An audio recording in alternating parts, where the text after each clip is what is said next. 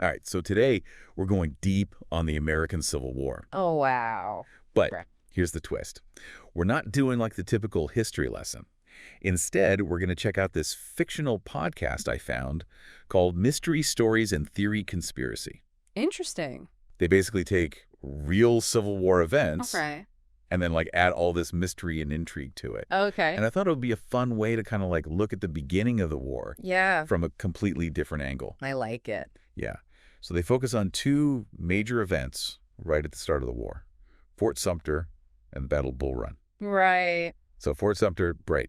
I mean, like even if you don't know a lot about the Civil War, you probably know that's where it all kicked off. Yeah, it's like the most symbolic moment for sure. Totally. So like the basic historical rundown is the Confederate States, they're demanding the Union surrender the fort. The Union is like, nope, not happening. Oh. And that leads to the Confederates bombarding the fort. Right. And that was it. The war began. Yeah, and what I find fascinating is how this podcast takes that event that we all think we know, Right. and they start poking around, asking all these questions like, Yeah.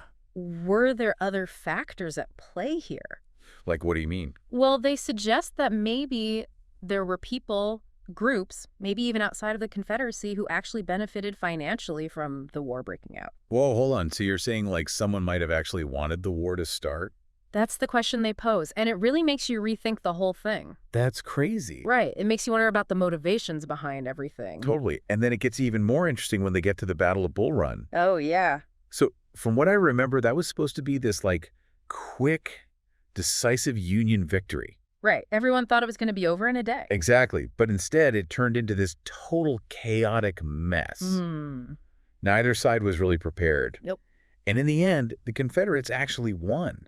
Which really shocked the North. For sure. And this is where the podcast really lays it on thick with the conspiracy theories. Okay, how so? Well, they start suggesting that maybe there were these missing orders, conflicting messages being sent to Union generals. Oh, wow. Like someone was deliberately trying to sabotage the Union's efforts. So they're implying that the Confederates didn't actually win fair and square. Well, they don't explicitly say that, Okay. but they definitely plant that seed of doubt. That's wild. It really makes you question everything. Okay, so we've got possible financial motivations for starting the war, Yeah. and then maybe even some sneaky tactics during the first major battle. Right, and that's not even all of it. There's more. Oh, yeah, the podcast throws in all these hints about secret societies.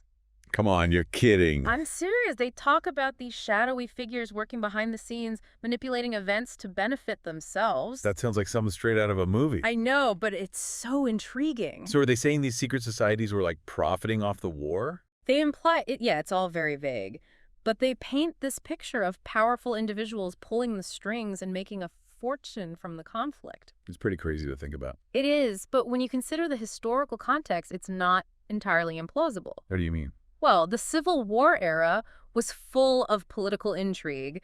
There were all these different factions and interest groups fighting for power. Right.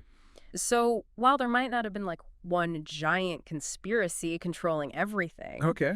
the motivations of the people involved were definitely complex. Yeah, that makes sense. So even if we take the secret society stuff with a grain of salt, the podcast does raise a really important point. What's that? How much of the history we're taught is actually true? That's deep.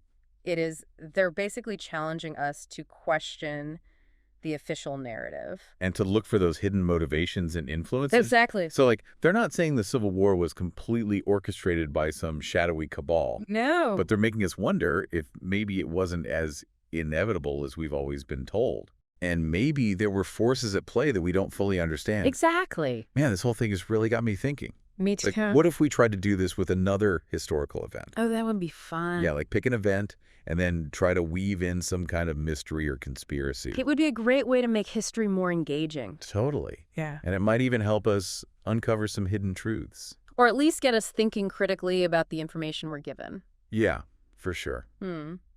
All right, well, I think it's time for me to hit the history books and do some more research. Yeah, I think I will too.